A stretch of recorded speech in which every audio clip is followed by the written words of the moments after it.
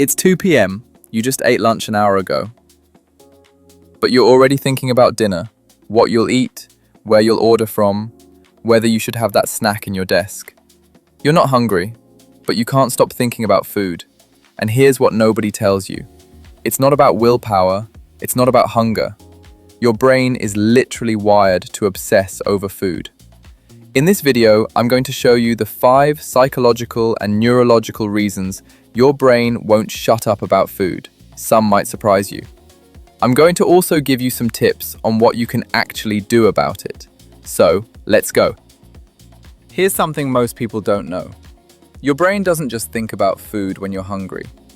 You have 2 completely separate neurological pathways that control your relationship with food. The first is called the homeostatic pathway. This is the survival system. When your body needs energy, it releases hunger hormones. Your stomach growls, you feel physically hungry. This is normal. But the second pathway? This is where the obsession comes from. It's called the hedonic pathway, and it has nothing to do with hunger. This pathway is your brain's reward system. It's triggered by the pleasure of food, the taste, the texture, the dopamine hit you get from eating something delicious. And here's the problem. Modern food companies have figured out how to hijack this pathway. Ultra-processed foods, the stuff engineered to be hyper-palatable, light up your hedonic pathway like a slot machine. Your brain gets a dopamine hit. It remembers that hit, and then it wants more. So even when you're full, even when you just ate, your brain is still firing thoughts about food because it's chasing that pleasure response. You're not thinking about food because you're hungry. You're thinking about food because your brain is addicted to the reward. But that's just the first reason. Let's jump into the second one, which is even more surprising. And it explains why dieting makes the obsession worse. In 1944, researchers did an experiment that changed everything we know about dieting. They took 32 healthy men and put them on a semi-starvation diet for 6 months. And their goal? To study the effects of food restriction. And what they found was shocking. These men, who had no history of disordered eating, became completely obsessed with food. They couldn't stop thinking about it. They collected recipes. They stared at cookbooks for hours. Some even dreamed about food every single night. When the experiment ended and they were allowed to eat normally again, many of them binged uncontrollably. This is called the Minnesota starvation effect. And here's the disturbing part. This is what dieting does to your brain. When you restrict calories, whether it's intermittent fasting, keto, cutting carbs, whatever, your body interprets this as a threat. It thinks you're starving.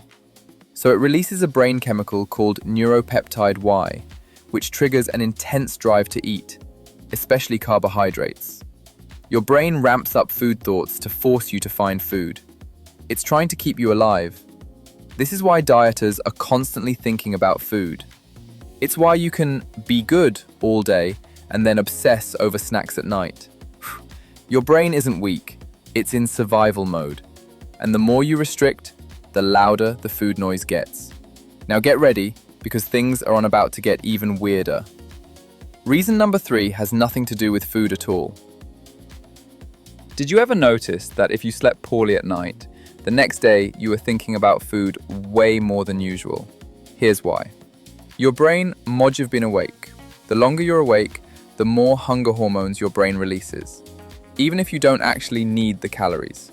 So when you get bad sleep, your brain floods your system with appetite signals the next day to make sure you have enough energy to stay awake. You're not actually hungry, but your brain is screaming at you to eat anyway. And it gets worse. Sleep deprivation also crashes your prefrontal cortex, the part of your brain responsible for self-control. So, not only are you thinking about food more, but you also have less willpower to resist it. This is why, after a bad night of sleep, you crave junk food. Your brain is desperate for quick energy, and it has no self-control left to stop you. If you're trying to lose weight or stop obsessing over food, fixing your sleep is one of the most powerful things you can do. Because no amount of willpower can fight a sleep-deprived brain. But wait, here comes the 4th reason, and it is something you're doing every single day without realizing, and it's making the obsession worse. Remember Pavlov's dogs? He made an experiment where he rang a bell every time he fed them. Eventually, the dogs started salivating just from hearing the bell, even when there was no food. Well, you've done the same thing to yourself. Every time you sit on the couch and watch TV, you eat. Every time you're bored, you snack. Every time you're stressed, you reach for food. Your brain has created a conditioned response. Now, just sitting on the couch triggers food thoughts, even if you're not hungry. Just being bored triggers cravings, even if you just ate. Just feeling stressed makes you think about food, because your brain has learned that food equals comfort. This is why you can't watch Netflix without wanting to snack. It's not weakness, it's Pavlovian conditioning. And here's the thing. Food companies and advertisers know this. They're bombarding you with food cues constantly. Commercials, Instagram ads, the smell of food when you walk past a restaurant. Every cue triggers your brain to think about food. And the more cues you're exposed to, the louder the food noise becomes. But the final reason? This one explains a lot why some people can't stop thinking about food, even when they're doing everything right. Let me ask you a question. When was the last time you ate because you were bored? Not hungry, bored. Research shows that boredom is one of the most powerful triggers for food thoughts, because when you're bored, your brain is looking for stimulation. It wants a dopamine hit. And food? Food gives you that hit instantly. The same thing happens with stress, anxiety, and sadness. Your brain learns that food makes you feel better, even if it's just for a few minutes. So every time you're uncomfortable emotionally, your brain suggests food as the solution. This isn't emotional weakness. This is your brain's way of regulating your emotions.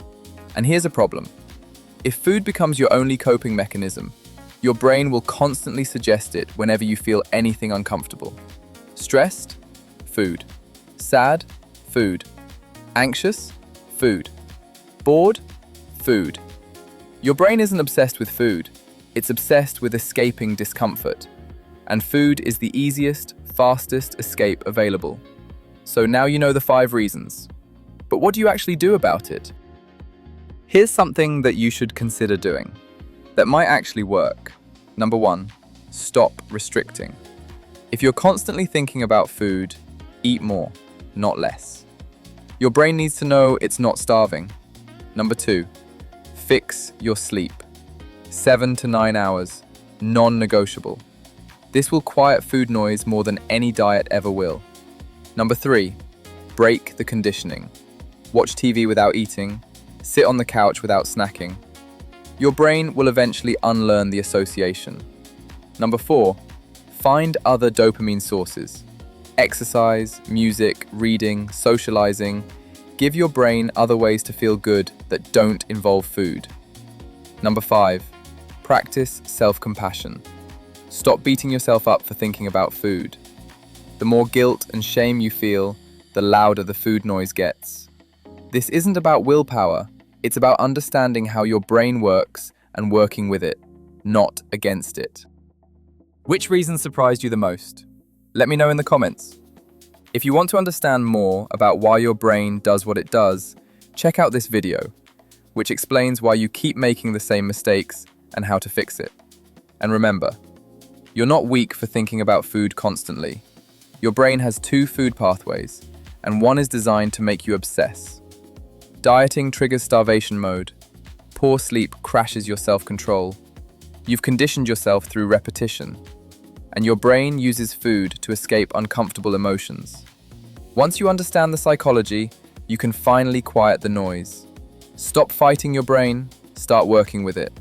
And if this helped you understand your relationship with food better, hit that subscribe button and stay tuned for the next psychology video that actually explains your behavior. Thanks for watching.